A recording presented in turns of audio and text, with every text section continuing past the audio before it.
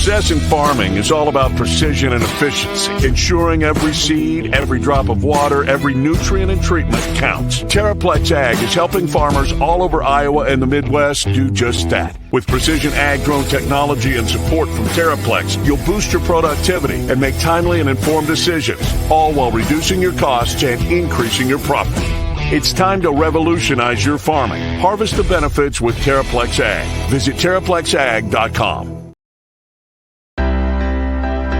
My name is Joseph Hurst. I live in Ankeny, Iowa, and I'm a part of the PMBA program. I currently work as the Director of Sales at Stony Creek Hotels in Johnston, Iowa, and I chose the Iowa State MBA program because it just made perfect sense. About 2 years ago, I started this wonderful program, and I couldn't imagine not having done it. What has helped the most balance work, life, school, has been the people I'm in class with. It's great to go through questions, problems, study for tests, and it just makes the whole class so much easier. As a working professional thinking about doing an MBA program, I get night classes aren't everybody's dream. I get after a long day of work, you may not want to go do more, but it's worth it. You're going to learn a lot, not just from the professors in the program, but from the other students. They come from all walks of life. They are from different age groups. They're from different companies. They're from all kinds of different backgrounds. They've got all kinds of different stories. And after 2 years, I've made some of the best friends I've ever made, learned the most I've ever learned, and I can't imagine what we're going to do after we're done. I'm Chris Williams from Cyclone Fanatic and a proud Iowa State graduate from the class of 2007. No one shows up like Iowa State fans. And Cyclones support Cyclones on and off the field. Your gift can provide scholarships to students, fund groundbreaking research. We could even drum up opportunities for the marching band. Visit MoveWhatMatters.com to learn how you can make an impact today.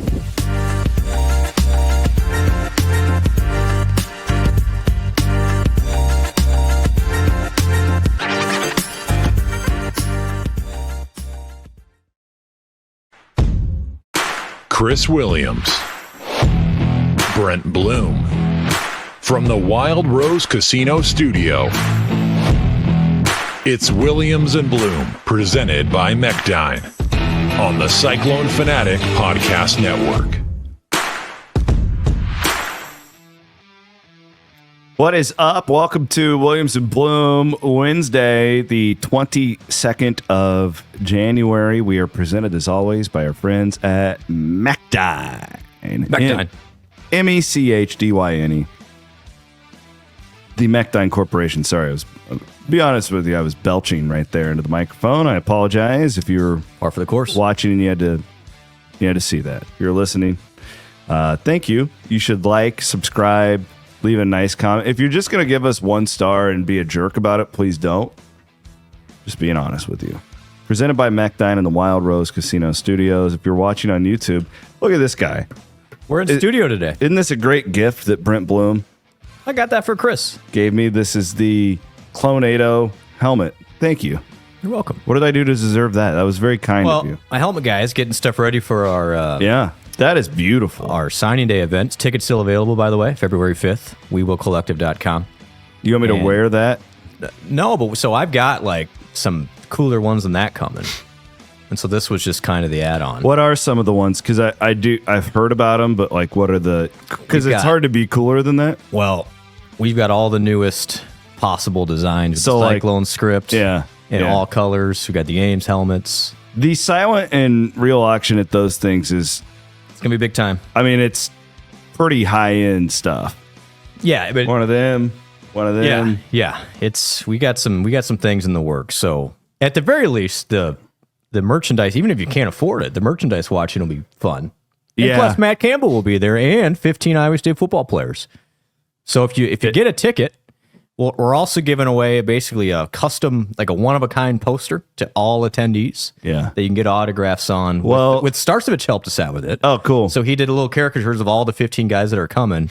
And again, like this piece of material on its own, like I'm keeping my one from last year because that could be, I mean, who knows what the value is, but I'll remember those guys for a long time. So and it's going to be fun. All this stuff, and I kind of feel like it with our NIL t-shirts. Yeah.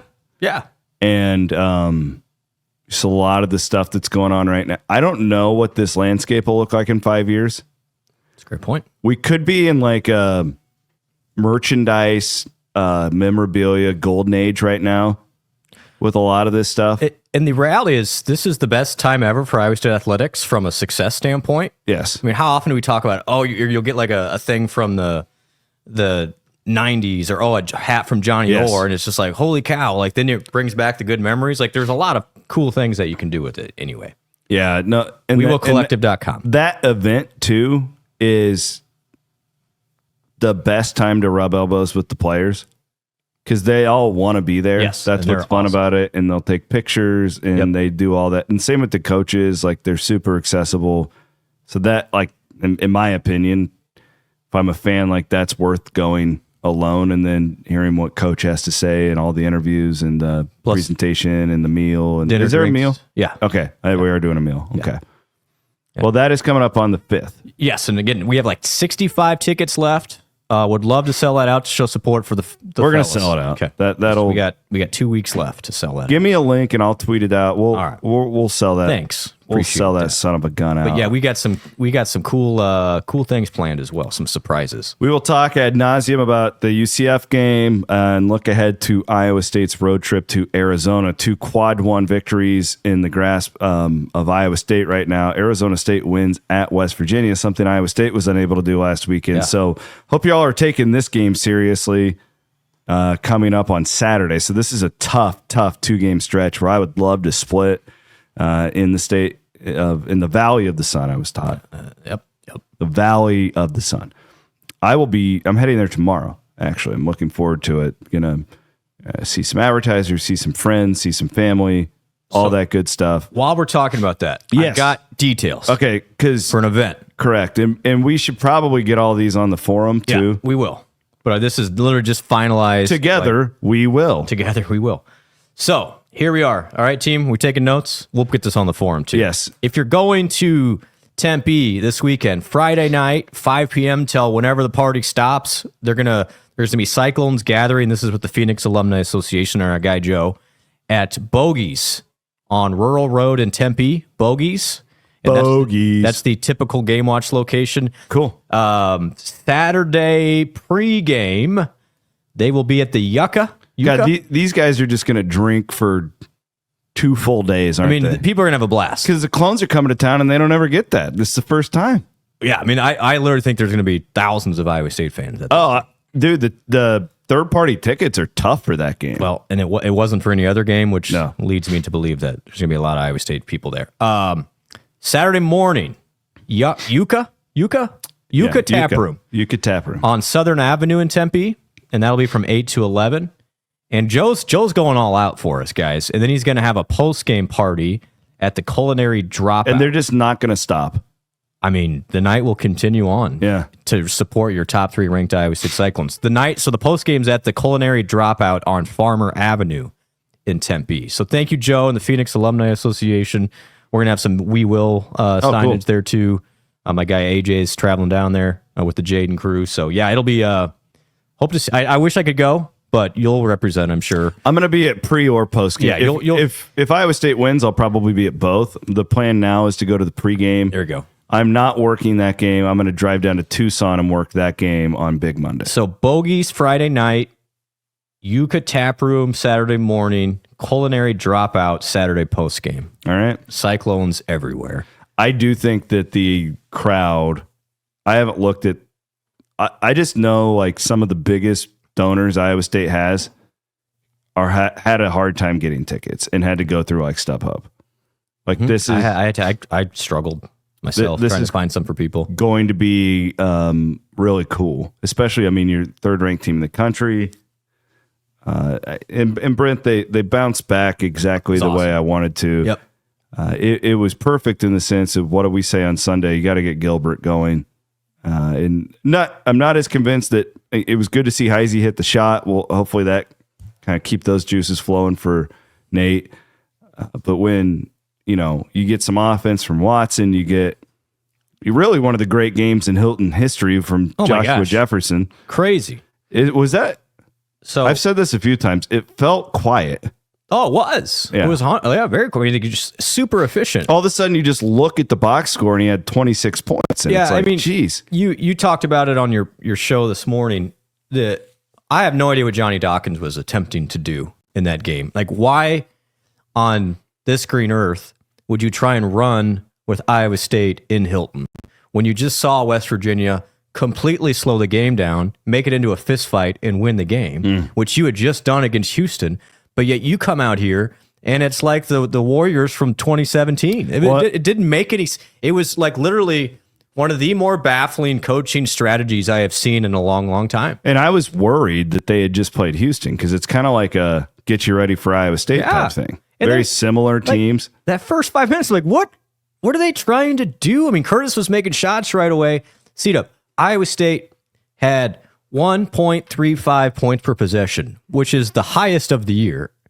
And that is a monster number. Like, you will not find a number that big in a Big 12 conference game the rest of the year. And it was like UCF was cold and wanted to get back on the charter back home or something like that. I don't know what that was. I have seen better efforts defensively and strategically at pickup games. I agree. Completely dumbfounded by whatever Johnny Dawkins was attempting to do. And it was close there for a little bit because obviously couldn't make a three. But once that first Watson shot went down, it was like, thanks for playing, UCF. And they kept jacking shots. It was unbelievable to me. Well, and they were lucky that the one kid went off. Yeah. Because that could have been a 40-point game. It was trending that way. But that kid, he made 6 of 9? He went 6 of 9. He hadn't done that ever before. Ivy Curry. Yeah. I mean, they have players. I was just talking Dawkins up earlier in the day because I think he's a pretty decent coach, and I don't know. I don't know what that was. I was stunned at whatever process led to trying to early and like you make it into a fist fight, you make it into a half court game. You like literally the game plan was there, and UCF decided to go up tempo, and that's you get Taman, Curtis, and Keyshawn in an up tempo game. Iowa State's as good as it gets. Well, you kind of see their eyes. I don't think Iowa State was expecting it. No, they were like feasting there. Well, it's fun for you can see Keyshawn. He's like, he really? was a little slower in the first 5 minutes, and he's like, wait a second, so I can just do this all night, and they're not going to stop me? He is as good of a downhill attacker as I've covered at Iowa State, right? Yeah, I mean, I'm trying to think of anyone else who I could compare him to in our era around here. That's the two that would come to mind. That's a really good point. At least for me, Tinsley was really good, and I don't count him as and then Curtis Stinson was great, really, but not as athletic as Keyshawn. Well, because Keyshawn can be so creative in the air. He was unbelievable last night, and then Jefferson. So how about this? So Andringa on cue had look at the folks that have done this in Iowa State history. Okay, like this is a who's who. Joshua goes 37-5. So these are the Cyclones that have gone 30 points, 7 rebounds, and 5 assists since assists became an official stat in 73. Jefferson did it yesterday. Niang did it twice. DeAndre Kane did it once. Pfizer did it once. Jeff Grayer did it 3 times. LaFester Rhodes did it twice, including the Iowa game. Look at that. That stat line is insane. 54, 14, and 5. My God. No one's ever done something like that before. Andrew Parkle and Herkel Ivey also Iowa State Hall of Famers. Yeah, it's a pretty decent group. This is all Hall of Famers. I mean, DeAndre Kane is a maybe Hall of Famer. I mean, I thought he produced like one in this one season, but those are huge names. And Joshua just kind of... Can you believe DeAndre Kane was 10 years ago? No way. 11 years. It's 2025. I forgot about that. We're all old. We're all old, everybody. But Joshua, I can't say enough about him. And he was running some point forward at times yesterday. I'm glad. Just a complete game changer. I was glad TJ finally said it in post game, the Royce Wyatt comp. Oh, yeah. Yeah. He actually said it out loud. He said the quiet part out loud because that's a big comp to make, right? Like, as far as like a program changer, as far like Royce is as high up there as you can get. Totally. And we've kind of been hinting around about that. But Josh was so much more skilled. Like, I mean, now Royce was an elite passer, yes, for his size, but he could not bounce out and hit a three like that. He was a bad free throw shooter, right? Like there were all these limitations that he had. But that when I watch him play, and when he's on the elbow and Joshua Jefferson has the ball, he reminds me a lot of Royce. Well, then that one, the unbelievable play at the end of the half where he resets the team, drives it, shot the game clock going down, and he drops off a dime to Watson. It was like that is as high end of play as I've seen all year. Just the awareness, the IQ, and then making the play with the clock winding down. I mean, he's played in 18 games as an Iowa State player, and it seems like every single game you see something else. And the exciting part here is, hold on to your seats. He's got another year, potentially. Mm-hmm. Now, I asked this question, and I don't know what show it is on. I cited you. I was like, I need to talk to Blum about this. Yeah. Could he play in the NBA? He could. I think it's not a lock. Certainly next year he'd be a first round pick. I think he's definitely got the game to play in the NBA at some point. But I don't think he's going to be one of those. Is he too old? He's not young. I mean, he's what, 20, is he 21, 22? Aiden, look that up for me if you can officially. And then, he's athletic, of course, but it's like, what position does he play at that next level? He can't really be a 4 or 5 at that level. He's probably a 3. Yeah, he's a tweener. But he's one of those guys where he is perfect for this era in that next year. I mean, if you think about Coleman Hawkins, what he made this year, you throw in the revenue sharing from the schools next year, and that's like he will have value that exceeds a second round pick in the NBA draft. The high end college basketball players next year will make more than second round NBA picks. So this could be good for Iowa State. What are the chances that Curtis comes back again to clarify that? Yeah, so it's kind of all out of Iowa State's hands. So my point is, if you could get Curtis, Joshua, and Deshaun and Lipsy all back, and it's like Chilovich, and just saying, like the only 2 guys that are for sure out of eligibility, everybody, are Chatfield and Gilbert. Yes. So, and then, I mean, pretty good stuff. You add the Bateman kid. The Bateman kid's really good. I mean, he can just be your and then there's Tyrese McGee. And then obviously it's basketball, right? Like there's going to be attrition. Somebody's going to transfer. But Iowa State is not looking to slow this ride down anytime soon. And that's like, honestly, like we say it all the time, but the portal for basketball opens March 24th. And we could really, if we keep these guys together, holy smokes, you're talking about a preseason top 5 again for next season. And I would add to that, football ends. So we talked about the importance of beating Miami because of the polls. Yes. They end 15th. Is that the highest Iowa State's ever ended? The 2020 season. Okay. When they beat Oregon, I think they finished 9th or 10th. Yes. Okay, you're right. But I believe it's second. Well, to your point, and you were the first person I heard make this point, I want to credit you on the importance of that, is these preseason top 25s are already like being put out, and they're in most of them. Yeah. Iowa State's between 20 and 25 in most of them. 11th in the ESPN one. No shit. Yeah. I didn't see and that. And Schlabos, they were 11th. And he's like a real dude. Yeah. So you're most likely... And again, Iowa State, you'll see this. This is what's going to happen. I'm just going to, this is the media. The Big 12 schools will slide as the summer goes. The hype will, because then they'll go, well, did you realize what Mississippi brought in? Yeah. But that first game in Ireland is going to be 2 top 20 teams. Like it's going to be, the ramp up to college football season is going to be really, really fun.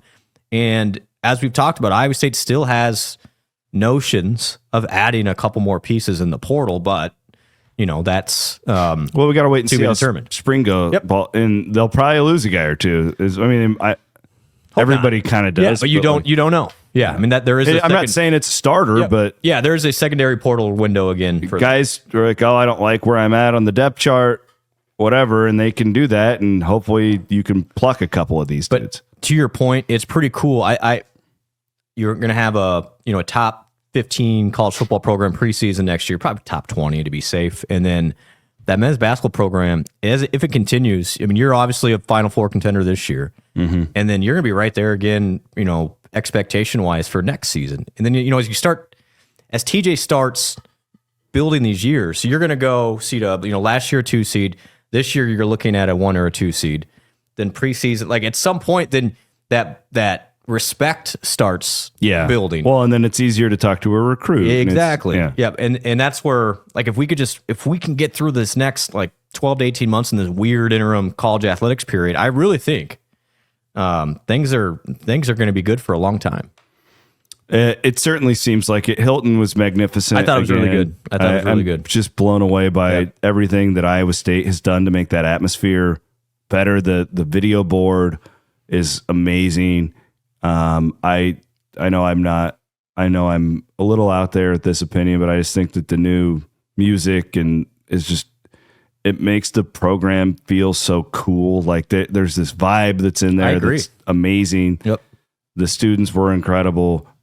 You kind of are in like a pinch me moment every time you walk in there right now. Hilton's good when the team is average, right?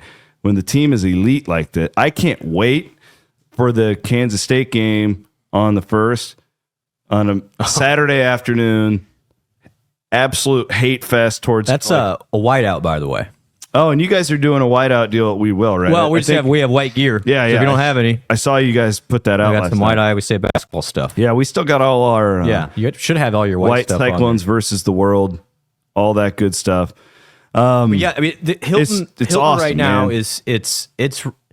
I was shocked. I got there early. I was there an hour early to mingling with some folks in Johnny's, and that place was wall to wall an hour before. Well, it started people to become want to be a part of. That was exactly my thing. Like I was talking to a couple folks that purposely delayed their trip to Florida and Arizona for their, just so they could be around for one more home game in 0-degree temperature. I know a lot of people who are going to Arizona this weekend who can't get tickets to Hilton. Well, that's the thing. Every other game's sold out the rest of the way. Yeah, and they're like, hey, we're going to go down there and be in the sun for a few days, and it's an easy direct flight. I know a lot of people who are doing this, and they're just going to scalp when they get to Tempe on Saturday. It's and from a basketball standpoint, Brent, the bounce back was what we were looking for. Yep. We both said on Sunday we weren't overly concerned about losing one game. I know I wasn't. Getting Gilbert going was huge. We already talked about Jefferson. Let's talk about Watson because this awesome story. I just love this is why I love Iowa State fans. They're so smart. Like they support everyone, but like this guy is getting standing ovations for everything that he does. Iowa State fans, he notices it, by the way. Iowa State fans just appreciate the grit, the hard work, the sticking it out, the loyalty, whatever you want to call it. And this kid, Rob Gray, makes a great point to me at halftime. Shout out to, we have the best sports writer in the state writing for us at Cyclone Fanatic. And Rob says, did you know that Iowa State was one of its last 20 from 3 before Watson hit that shot? Wow. And it's Demarion Watson, of all people, to rip the lid off the basket for the Cyclones. And he gets into foul trouble, so his minutes aren't as high as many wanted them to be.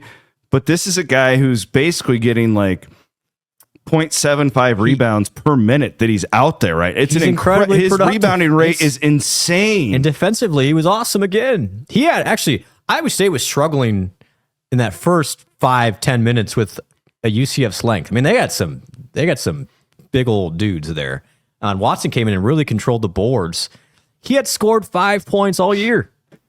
And he comes in 11 minutes and scores 11 points and this is now 3 games in a row, or at least the Kansas game for sure, where he made a notable impact that definitely changed the trajectory of the game. The efficiency you talk about, he's 5 of 7 for the field in Big 12 play. He just, his rebounding percentage is 23.4. He hasn't played in some games, and then he just gets thrown in here, and he looks honestly like he's been playing 15 minutes a game all year. And that's just a testament to him, first and foremost. Yeah, because most guys check out. A lot of guys transfer a semester. Correct. Yeah. Correct. And yet he's in there, and nobody planned on Momcilovic to get hurt, but Demarion was ready. And this is why everyone's like, well, why depth and matter? And that's why. I was talking to Jeff Grummer last night, who is as smart about Iowa State as anyone. Jeff and Rod have been doing the video production stuff for how many, 30 years? 30. They used to be anchors on Channel 5 back when it was up in Ames. I just love leaning on these guys for knowledge for Iowa State stuff. The two nicest human beings of all time. And I asked Jeff something along the lines of like, is this or we were talking about like game, because I was saying how this game has gone completely the opposite that I thought it would. Like, I don't think I've ever read a game more wrong than that one. And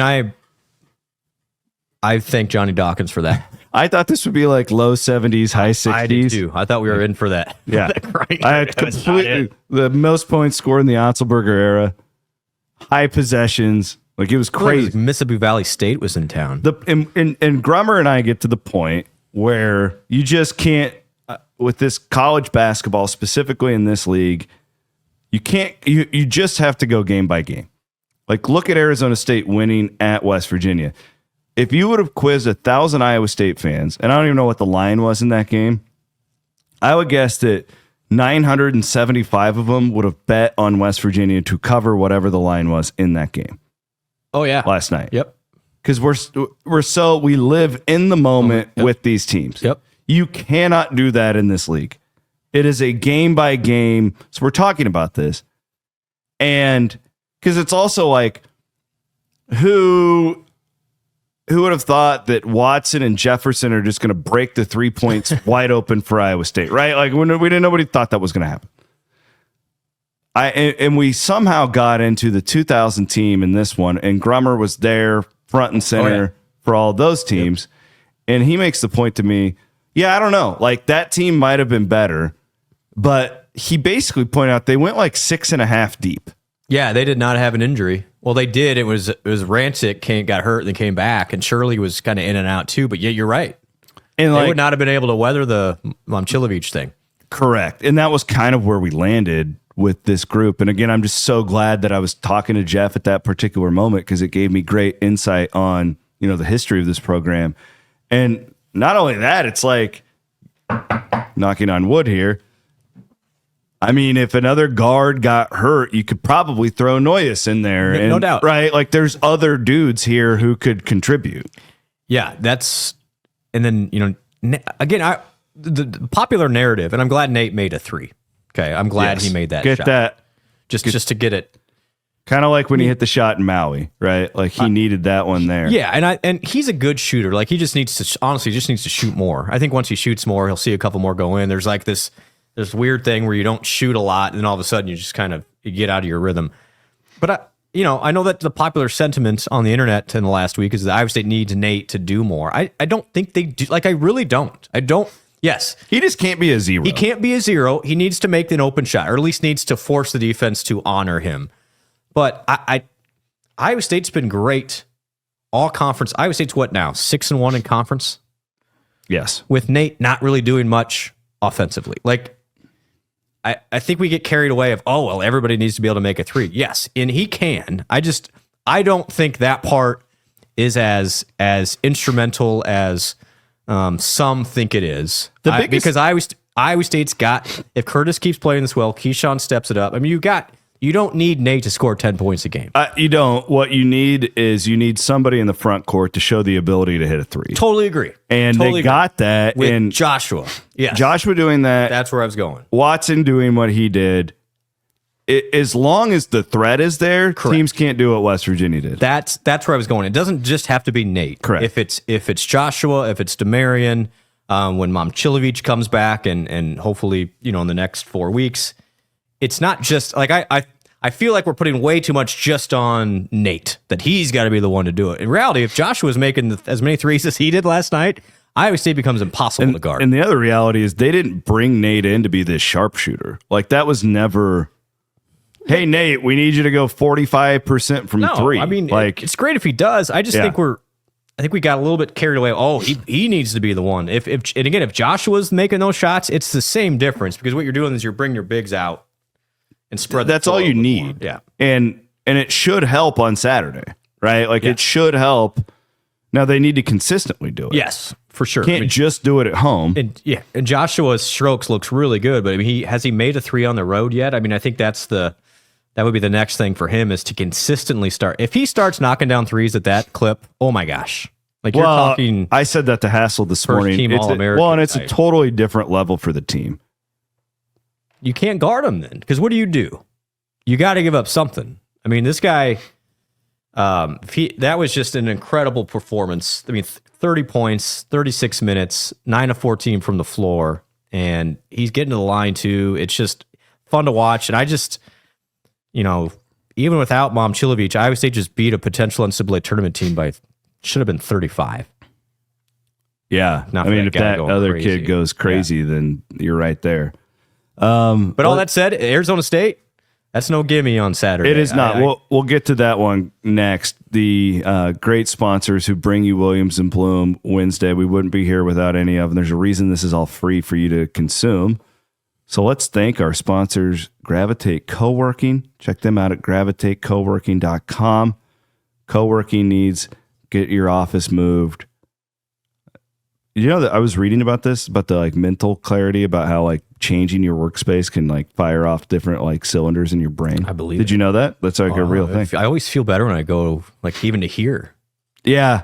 Just to get out of. I used to do that working from home when I lived in Ames, just going down to Burgess and just see a human being. Just more productive. Yeah. HopewoodJD.com. Get your will done in the day. We're still on New Year's resolutions. This is something that I've learned in the last 3 weeks, the importance of a will. Hopewood can do it for you. Also, my friend Jeff Kelderman at Kelderman Manufacturing. He's going down to Arizona. He's on my flight. I'm meeting him at the bar before the flight tomorrow. Gonna have me a cold beer. What time's the flight? 12:55 Southwest. That's allowed. You can have a beer then. Oh yeah, I'm going on a little trip. It's my favorite discussion. Anytime I'm at, and I can't stop thinking about anytime I'm at the airport. What gets consumed more at an airport? Alcohol or coffee? It's a good question because coffee, everybody drinks coffee, but the alcohol drinkers drink more of it. Correct. Yeah. I've never understood the people who can sit there at a bar in an airport and drink beer at 5 a.m. It's got to be an anxiety nerves thing, doesn't it? Yeah. Or maybe just people really like beer. You should drink every airport should have Cody Road. Just have a Cody Road right there. As long as the captain's not drinking it. Yeah, that'd be a bad thing. Bad time. Did you ever watch that Denzel Washington? Yeah, that's terrifying. I didn't want to fly for a year. Guys drugged how do you know? There's no way to. Do they drug test these guys every time they get on these things? You ever watch that movie, Aiden? It's called. I have no idea what movie you're talking about. Is it Snakes on a Plane or something? No. Oh, now I got to think about that. Thanks. Hold on. Flight. Denzel Washington is this alcoholic drug addict. It's called pilot. Flight. Oh, terrifying. It's like having sex with all the flight attendants, and it's just there's a lot of bad stuff going on here. Yeah, well, I don't remember that part. How did I block? I just remember him going on. That's the part I remember. Shocker. Game Day Men's Health as well. Our friends at Game Day Men's Health. It's a new year, new you. You get that testosterone replacement therapy. I'm not even going to lie. When I first started going in there, I was very skeptical. Same. I'm I don't know if this is going to work. Yada, yada, yada. Here we are. I just set I'll never go back. 30-minute Peloton personal record. Nice. Did you really? It's the T, man. I might be the T. Who's your favorite Pelly instructor right now? Oh, because Kendall's gone. Kendall's gone. I like Allie. Emma. I like them all. Noticing Cody. a trend for yours, Bloom. Yeah. Well, no, they all do a nice job. Dennis has occasional good ride. There's one gal. I've been doing the strength ones much more than writing. I'm going to give you her name, and she swears at you all the time. See, and I need that. I need somebody to swear at me. Yeah. I don't need them to tell me how good of a job. I need them to go, listen, you lazy piece of crap. I like Katie Wong. And what's the other guy? Rebecca Kennedy. Yeah, Rebecca will just cuss you out. How creepy do we sound right now? But hey, it's true. She will just tell you how much you suck. That's free advertisement. Yeah, well, they should be. But literally, I have noticed a difference in the last month. Game Day Men's Health. They have locations in Ankeny, West Des Moines, and North Liberty. I bet Allie Love is impressed with me. I guarantee Allie Love would be all about you, Bloom. I really think she would. The Wiffles Hybrids Big 12 segment today is presented by Wiffles Hybrids. Plant your independence. They're not doing much planting right now because that ground is frozen. I met a Wiffle sales rep at our event in near Iowa City on Friday. No kidding. How'd that go? That was great. Oh, and then I ran into a nice young lady yesterday who said, I love the new graphic of the podcast. Oh, can you show that, Aiden? Can you pull that son of a gun up? I also wanted you get that quote from Dan Hurley, if you can get that Van Winkle sent you earlier, because I want Bloom's opinion on this. Dan Hurley's becoming everything that's wrong with college athletics, and I need to go off on this. We're going to see Bobby here. Yeah, and so this is the graphic if you're watching on the YouTube. There it is. Kyle Sarchevich drew us a new podcast logo. Isn't that lovely with the Ames Lager sitting right there with the Cody Road? And a nice young lady came up to me in the corridor and said, "Hey, I really like the new podcast logo." I said, "Did he change your eyes to blue? Because your wife was pissed." She was pissed about that. I don't think he has yet, but I need every ounce of help I can get. Well, it was very dated. I had way too much hair in the old one. Swear to God, the old drawing. There's a website called Fever where you can get these people to do creative stuff for you, and you just pay them through like Venmo or whatever. Yeah. And some guy in like Singapore did the last one. Well, Starcevich was a big upgrade. Yeah. So Starcevich, by the way, this is cool. We're always trying to get better for everyone here at Cyclone Fanatic. You're going to be noticing all sorts of cool graphic design on our social media pages. That is former Cyclone Southeast Polk legend Kyle Starcevich. All right. Love it. He's good. Bringing him. Good He's dude. now officially a part of the team. A really good dude. Good dude, and he's super talented. So what did Dan Hurley go off on? Yeah, again? let's.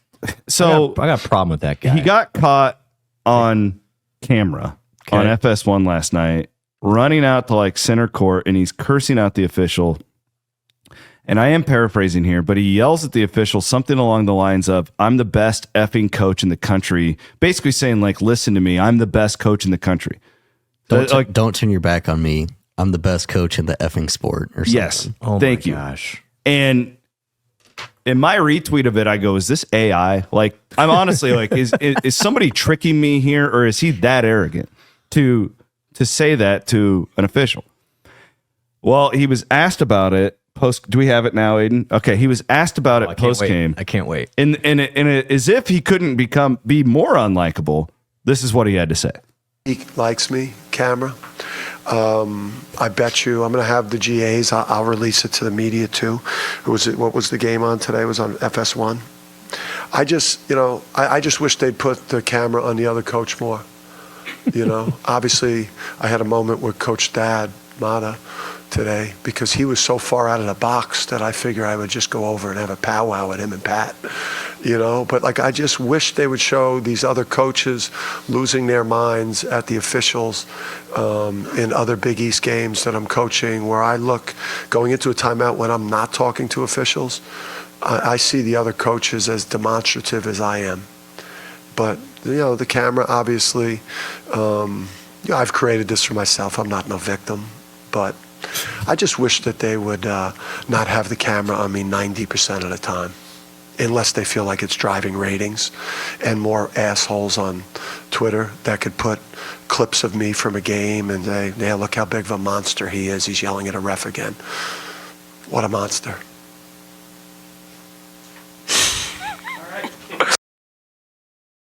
Whoa. Anytime you have to stop mid paragraph and say I'm not a victim, it's kind of like the old Ricky Bobby with all due respect thing. Like, well, I'm glad exactly what you're trying to do. That is exactly what's wrong with when we build these coaches up to be like gods. And that guy has read every headline. He has, as if, I don't know what could make anyone say that to an official, the way he got caught doing it. And then his response to it made it even worse. Well, he's the guy. Remember, when they lost to Maui, he's like, "Well, we're not coming back here anymore." Basically, took his ball and went home. Yeah. him, and I'll put people in this category generally. When they're winning and when they're being successful, nobody's going to tell them no, because Correct. the problem is once you start losing, it's going to turn really quickly on you, and you're going to lose a lot of support pretty quickly. See Iowa City. And you can't. There's just, I don't know. I would have a hard time. Again, I would like to win back-to-back national championships, but that can't rub that fan. Now, the Connecticut fan base is different than the Iowa and Iowa State fan base. Correct. And Hurley's a New Jersey guy. I'm not a New Jersey person. It's just different. But I don't know how that any normal person can say something like that. It's so. I mean, it's such a turn off like that. You empower these people, and That's the problem. I don't necessarily. It is him, but. Especially like on that campus, he has more power than the school president. At least like Bill Self is really good. Bill Self will absolutely work an official, but they respect the guy. I bet officials don't care for that guy. I was thinking about compare that guy to Krzyzewski when he was winning. Well, Krzyzewski would rip. Like, he was as good as anybody with ripping your backside as an official, but at least he didn't like completely make himself a fool. And there was like a sport to it with him, though. I'm telling you guys. So a lot of people don't know this. Dan, who we just saw from Connecticut, is younger than Bobby. No way. Yeah. Seriously. Yeah, I always thought he was his older brother. Nope, Dan's the younger one. So Bobby's actually a year older. And of course, Bobby was the successful basketball Did Dan player. play? Dan did play at Seton Hall. Okay, I knew that, yes. But Bobby is older. I didn't know that. And Bobby is arguably, you think that guy's a little bit of a loose cannon. Dan, at least Dan's won. Bobby's the same personality, except he's lost a lot. So you want to get some fireworks on Saturday? Just keep an eye on. Okay, if he says the camera's always on me, watch how much the camera's on Bobby Hurley on Saturday. They're not going to show TJ at all. It's actually going to be TJ's boring. He doesn't do anything. They're like total opposite personalities. I'm fascinated by the Bobby Hurley versus TJ mix. Have you guys seen that clip of, I think it was Dan Hurley coached at Wagner? Yes. And Bobby was his assistant. Yes, they coached together. And there's this old clip out there somewhere of them just tearing into their own team and the officials, and it's like two children coaching a college basketball team. Well, and if people don't know the story, so their dad was a Hall of Fame coach, a high school coach at St. Anthony. So they come from basketball royalty over there, but nobody's ever told them no. They've been good. They've been successful. But this is what can happen. He is the best coach in the country. I agree. But that's why. Would you ever hear Bill Self say that to Tom Eads? Can you? Can you he say the camera spends too much time on me? Yes. Well, then don't be an asshole, pal. Yeah. I don't know. No, but we're the monsters on Twitter. It's us. I'm not trying to make myself a victim. Then what are you doing? Like, that's literally what you're doing. I don't know. Maybe I've just been in athletics for too long, but it's like they're humans. You're not above everybody. Best thing that ever happened to me. That's why I love Matt Campbell so much. And TJ, but when you're a coach. Cup of coffee I had working in the NBA, you like the first day you realize, holy cow, these are just normal, sometimes idiotic people. Well, that's how I wish every fan would go on February 5th and shake the hands of the players and talk to them about, what classes are you taking? They're just normal people. Yeah. No, great. That's why, like, I remember we had this conversation when you went and covered spring training, with the Royals and the Cardinals, and you're like, they're just kind of like normal people. And it's like, they really are. Other than Tony La Russa. Well, he was, And Tony La Russa was Dan Hurley. And they're right. And you're going to have some of those. Like, there was always like, there were some people that were, but then you had some normal ones. You're like, holy cow, like, I feel like I'm talking to a college. I remember Billy Butler, the old Royal, and Alex Gordon sit there and talk to those guys for hours. That's so. They love, like, they're just guys. Like, but when some of these guys get so much Adam Wainwright was like that. Yep. It's just it gets in their head, and then they think because they're very wealthy, and he is really good. That's what can happen, and I think that's the Hurleys. Honestly, they're okay for the sport because at least they're entertaining. Absolutely. And if that's what if they're just embracing the heel, then I'm cool with that. Yeah. But I don't know.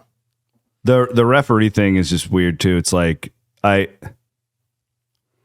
There's part of me, like, I am fully on the Blum side of this now. Thank you. For real, like, I've watched enough now, and I wasn't like this 10 years ago. They should not be trotting these referees out in press conferences. Oh, you've changed that tune. I have. I like that. I agree with you. I mean, if we start doing that, nobody's going to do this. Now, should we have more pool reporter access? I would some controversial things, especially now with as much money's involved. Should we have more? Should you have to have more credentials to be? That's all. Should they be full-time officials? I think those are all conversations that should be had. Yeah, absolutely. I'm no longer to the point where I think, like, I don't see how. Who was the guy last night? They were very average last night. It was fine. Whatever. Nothing controversial happened, but like, what would be the point in trotting those guys out? The problem is too with that conversation, and this is what really changed me. It's because I look around the media room and I see how different it is. Mm-hmm. You know, back when we used to do it, you've got here locally, you had the Ames Tribune, you had the Associated Press, you had the Cedar Rapids Gazette, you had the Quad City Times, you had the Mason City, you had the Des Moines Register with 2 people, you had like 2 professional radio stations. Now it's like fan site, columnists, right? Like it's so biased now. Not that we don't have good journalists. Everybody's trying. I shouldn't have the right to ask an official because I'm biased. I want Iowa State to win. I'm putting it on me, not anybody else. Well, and I should never be a pool reporter. Let Travis Hines do that. Let Rob Gray do that. And that's where I come from a lot of times is even with media members, I've had conversations, even though there's some media members who don't know all the rules. No. And so it's just, I don't know. I tend to agree. I don't think that would really help. I like having some more transparency. I wish in college basketball they would do the NBA thing with the microphone, and that's great. I agree with you. I think that that's really helped the NBA part of it. But yeah, as far as post game stuff, I think a pool reporter is fine. But your average media member knows about as much as your average fan. Like I just don't know what that's going to really solve there. It's just the media is different than journalism, and we don't have as many good journalists as we used to. And there's a million reasons as to why that's the case. Mm-hmm. And it's not the fault of the people in this room. It's just a different world than it was 15 years ago. And I don't trust my industry anymore to objectively have Tom Eads come in there when we open our Twitter and it's just pissed off. Hey, ask the hard questions, you idiot. Like, we're emotional. Let 2 or 3 of the real ones. Let Hines and Mike Loss, and we just don't have that core that we used to. That moral compass in the media room. Well, and what I would challenge, on the officiating front. And I know we're kind of going off on. Yeah, we'll get to Arizona State next. This is what we do. Just watch a random Big 12 game when you don't have a rooting interest, and think about the officiating and the broadcasters. On that note, we got some feedback on that conversation about King McClure. Generally, I got crushed. When you don't have a rooting interest, you're going to have a less emotional response to what's happening. Well, it's funny because Jess Settles called the last 2 games, and it's just funny. Like, he's gotten pretty good reviews. Yeah. The last 2 games that Iowa State won. Yes. Yeah. I wonder what his review would have been if he would have called the West Virginia game. Probably not as good. And that's where I think the officiating falls somewhere in that same Tom Eads just happened to always be in the Kansas game. Well, and then he didn't know how to call it travel, but it's all right. They're not all Eddie Hightower. My guy. But I thought the guy did a nice job last night. I got a text from somebody. Ray Natili, Marcus Pettigrew, and Darren George. I got a text from somebody, and I won't say his name, but he'll get a chuckle out of this. He's somebody I respect and really like, and he disagreed with my analysis on King McClure. And my response back was, I don't know how I got myself into the position of defending King McClure. Here we are. Like, I don't know how, all of a sudden I'm in this spot, but here we are. Aiden, what's the channel on Saturday?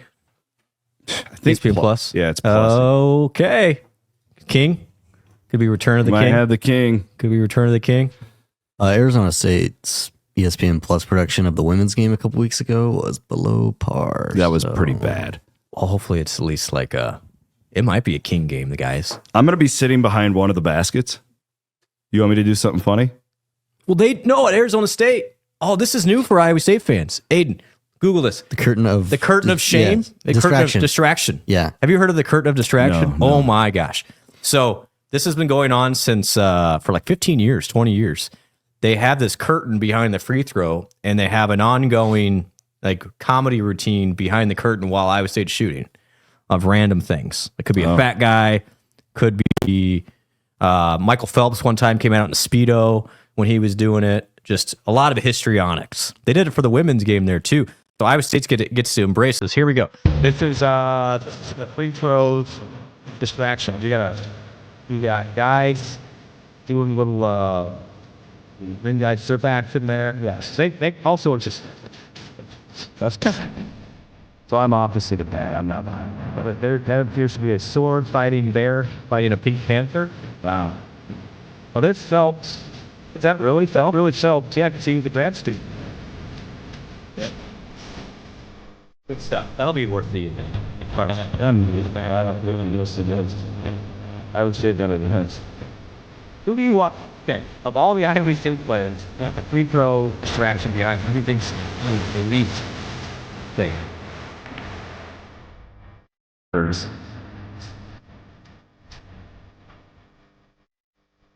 mean, I don't think much. I think because I don't think you can tell by some of the shots that Curtis takes that I don't think he's thinking a lot. He's just like I think he's just reacting. Taman's a deep thinker. I could see Taman glancing over. Yeah. I know Chat's looking. Keyshawn is a showman. He's constantly looking to the crowd. Chad will want to go fight the guy. Yeah, we've zeroed in on the two. Yeah, I think we want Curtis and Joshua at the free throw distraction. Maybe we want Heisey. Could that turn the vibes? Well, I think Nate's probably overthinking it, and maybe it'd be good for him to. Oh, I'm paying attention to that fat guy. Yeah, interesting. Keep an eye on it, everybody. So I didn't watch it. Aiden's the only person here who's watched it thus far. I'm going to download it and watch it on my flight tomorrow. But Arizona State just went and won at West Virginia. Crazy. What in the hell happened? What's going on in this conference? So Arizona State now, we thought they would be 1-6 in this game. They jumped to 2-5. West Virginia drops to 4-3. Yada, yada, yada. All of a sudden, we're looking at this game a lot differently. Yep. And that's a long flight back, but when you have a big boost, that's a fun flight back. Well, they had lost 4 in a row. Yep. And you you look at their data is still pretty good. They defend. The issue with Arizona State is twofold. They turn the ball over a bunch, and they had 15 turnovers and still won the game. And then they shoot it really well though, and that's where I'm looking at Arizona State, and this is tricky. They are not your typical 2-5 conference team. Iowa State's going to be favored by 7 or 8 in this game, and I think that's fair. I think this one could go down to the wire. But again, Arizona State just does not take care of the ball at all, and they don't rebound great. If Iowa State imposes its physicality and size, this one could get away from Arizona State too. I think you'll have a pretty good idea, just like you did the first 5 minutes of UCF of whatever that was, that they didn't really want to participate in a rock fight. I think you'll know early in this game if Arizona State has the guys that can compete with Iowa State. And then this is a resolved game. It's, Iowa State going on the road, and it's a long road trip because they will stay down in Arizona. So it's like those NBA guys, when you take that 5-6 day road trip, it's just different. Mm-hmm. Like you got to lock in for multiple days. And I think this crew can do it. But that's not going to be a layup on Saturday afternoon. The other thing that stands out about this Sun Devils team is the way they defend the 3-point line. Top 30 in the country. And they shoot it really well from 3. So this is it's one of those teams where if things go really well for them and then Iowa State doesn't shoot it well, like you look at that box score, Aiden, if you can pull that up with the West Virginia game again, West Virginia goes 4 of 29 from 3, right? Iowa State does that in Tempe. You're going to lose. You're going to lose. You just can't have that. But again, I still think Iowa State turns them over. I'm not worried about the 3 ball at all because I'm going right at these guys downhill, get to the rim, get to the free throw line, and I think Iowa State can overwhelm them with its size and pressure defense. I really do. For what it's worth, Arizona so they took care of business last night at Oklahoma State. Didn't have any problem there. And they get Colorado on Saturday. So I am anticipating a 7-1 Arizona team on Big Monday. Hopefully Iowa State's 7-1 too, and you're looking at a massive matchup. Totally. Yep. This is fun. I mean, you're like we've talked about, Iowa State, at least got through that West Virginia and Tech stretch on the road 1-1, which is you've won everything at home now. And Iowa State's got how many games we got left at home, C-Dub? Because let's just do that. 1, 2, 3, 4, 5, 6. 6 games left at home. Iowa State's 6-1 in the conference. So let's just say, for hypothetical, you sweep all your home games, which Iowa State will be favored most likely by 10+-ish in each of those. You're at 12 wins. You play 20. So now I'm looking, if I want a 1 seed, I need to get to 15 conference wins. I think that's the magic number. That's the number? Yeah. Okay. So I need to win 3 road games and sweep all my home games. So try and get Arizona State, try and get Oklahoma State, and try and get Kansas State.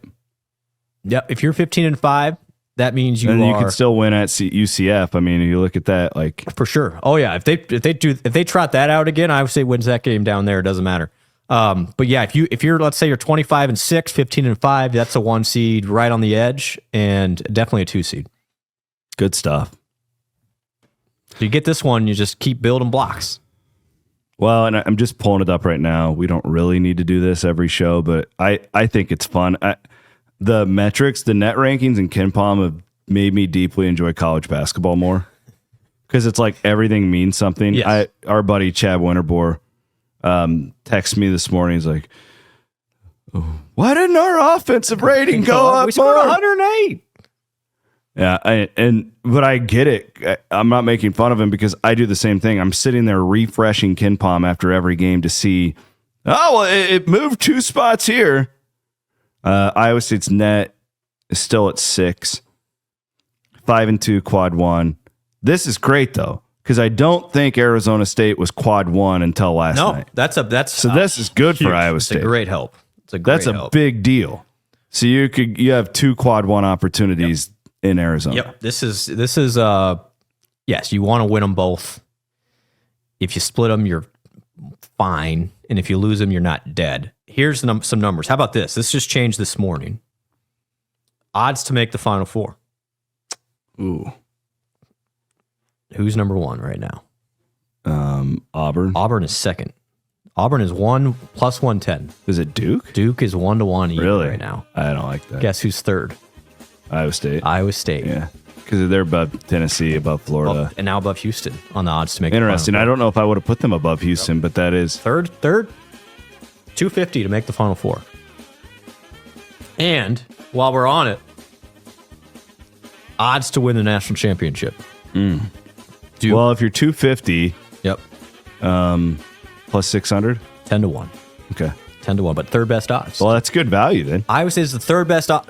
Hold on. Where's the camera? Iowa State has the third best odds to win a national championship in basketball. I'll be damned. I'm okay with that. Momchilovich has hand surgery. Just wanted to touch on that. Yep. And TJ said didn't really doesn't change. I had a lot of people being like, "Oh, well, now it's got to start over." No, I think this was all part of the plan. And this is non-shooting hand. Thing is, too, there's a lot of different bones. Like, what is a broken hand? You know what I mean? Like, there's all these like little like things going on there. You ever broke a bone? No, I've dislocated my shoulder about 100 times. Never broken a bone. All right, well, yeah, me and physicality, you know it. All right, I will be Williams and Blum Sunday. I will be somewhere in the Valley of the Sun. Look forward to it. I'll join you, and we'll look forward to that big Monday in Arizona. And we've got all of our women's coverage as well, pregame, postgame. Hopefully the ladies can get one tonight. Leah and Chelsea. Leah and Connor. We'll have also kicking it. Kick it. bi-weekly now. Bi-weekly, kicking it until the end of basketball. And So you go check out Let 'Em Cook. Let 'Em Cook. They recorded late last night, didn't they? Yeah. After the game. So if you want more on Iowa State basketball, fresh Let 'Em Cook was on the podcast network bright and early this morning. His name is Brent Blum. His name is Aiden Wyatt. My name is Chris Williams. We are presented by our friends at Mechdyne. We'll be back on Sunday night here on the Cyclone Fanatic Podcast Network.